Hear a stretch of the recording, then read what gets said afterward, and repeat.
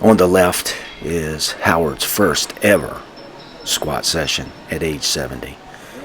And on the right, his most recent squat session after 11 weeks of progress. Let me reiterate that. On the left is Howard's first ever squat session at the age of 70.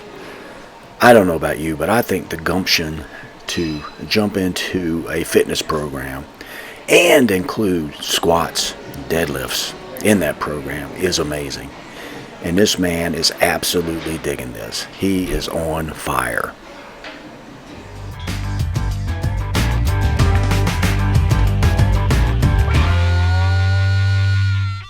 Hey gang, welcome back to Mark's 60 plus fitness journey. Well, you saw it. That's my buddy Howard, my workout partner Howard, and that's a little brief overview of his squat progress in the last 11 weeks. And I think we are long overdue for an update of Mr. Howard's progress. And today specifically, we're gonna talk about squats. We did a squat workout 2 or 3 days ago. I recorded his portion of it. So I want to bring that to you today. We'll talk about some of the progress, some of the high points, some of the things we need to work on. But mostly I want to talk about Howard as an inspiration and a testimonial to anyone that wants to start working out and is at least a bit afraid to do so. And in particular, when it comes to doing heavier compound lifts like squats, deadlifts, and bench presses and things like that. He is a prime example of how done right, done correctly, done safely, you can get stronger and fitter even at 70. But enough of that. Let's get into the gym and I'll show you Howard's last squat session. Let's go do it. Okay, let me clarify one thing real quick here. This is not Howard's last squat session. This is his most recent squat session. I am certain there are many, many, many more to follow, so just wanted to clarify that. Now, while Howard is warming up here, just want to talk a little bit about what we're doing. Now, if you follow me, you know I'm a big fan of strength movements, big compound movements like the squat, the deadlift, the bench press, things like that. And that's, I think, relevant to any age, but in particular to we older aging folks, 50, 60, 70, or even older. It's a natural tendency, I believe, for us to become more sedentary, less active as we age, which leads to all kinds of negative bodily attributes. For example, loss of muscle mass, sarcopenia, loss of bone density, lack of balance, just an overall tendency towards frailty.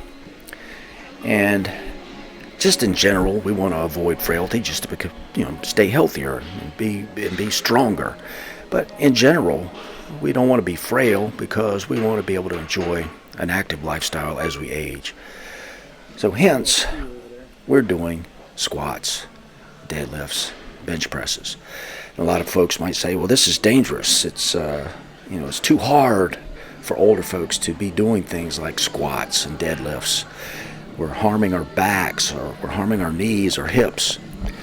But I will counter that by saying that if done judiciously, cautiously, incrementally, and in the right dosage with the proper amount of recovery time sprinkled in, strength movements like the squat and the deadlift will greatly enhance our life, increase our strength, make us less frail.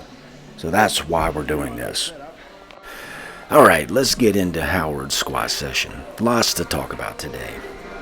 Now, this is Howard's 12th squat session ever in his entire life, and that alone I think is very cool. He's made some great progress from session 1 to session 12 here, from his equipment improvements, his belt and his lifting shoes, to his squat form and his depth. We're still working on depth. That'll come. But first I want to talk about dosage. I mentioned that using this strength training approach, using heavy compound movements like squats, deadlifts, bench presses, we want to get stronger. We want to improve muscle mass. We want to make our bones stronger and less dense, become less frail. We do not want to get hurt. We do not want to injure ourselves and move backwards. So the secret to this is in the dosage. Now, dosage to me means how much volume, how many reps, and how often we do these sessions. Let's start with the weight and the volume and the reps. We use a progressive overload approach, and that is we do 3 sets of 5 reps. Every time we're able to do successfully and correctly 3 sets of 5 reps, we move up 5 pounds, not before. We want to be cautious about how fast we move up. We want to do it safely, without injury. And there are variations on that theme, by the way. There are 5 sets of 5 reps, 3 sets of 3 reps, but we use 3 sets of 5 reps. Now, in addition, our dosage includes how often we do our sessions. Now, we have found, right there is a lesson learned. I want to point this out. The spotter should have been right there catching Howard. He missed the re-rack of the right pin there. Luckily, he got out of that uninjured. The spotter should be there, not with his camera, but safely watching the lifter. Thank goodness that didn't turn into anything detrimental. Lesson learned there. But getting back to how often we do these sessions, we do these every 7 days. A lot of folks may push back and say that's not nearly often enough, but keep in mind, I'm 64, Howard's 70, and we've found that this every 7 days, we do these sessions every 7 days. That gives us adequate time for recovery, and we still see progress. And that's the importance. We want to be able to recover, and we want to be able to progress forward and get stronger, and that's what's happening here. So 3 sets of 5 reps is our volume and rep scale, and we work out on these strength movements every 7 days. Squats, deadlifts, and bench presses are done every 7 days. Now, again, I'd like to say that Howard is really digging this. He has gotten a spark lit in him that it's just fun to watch. He just digs this. He loves squat day. He loves deadlift day. He loves bench press day. He just loves working out, and it is fun to watch. And I would say to anyone that is a little bit hesitant and scared, just look to Howard for inspiration. Now, I like to finish up with some hypertrophy movements after a strength day. So, for example, here on squat day, I like to do some 12 to 15 rep movements. And in this case, we're using this hack squat machine.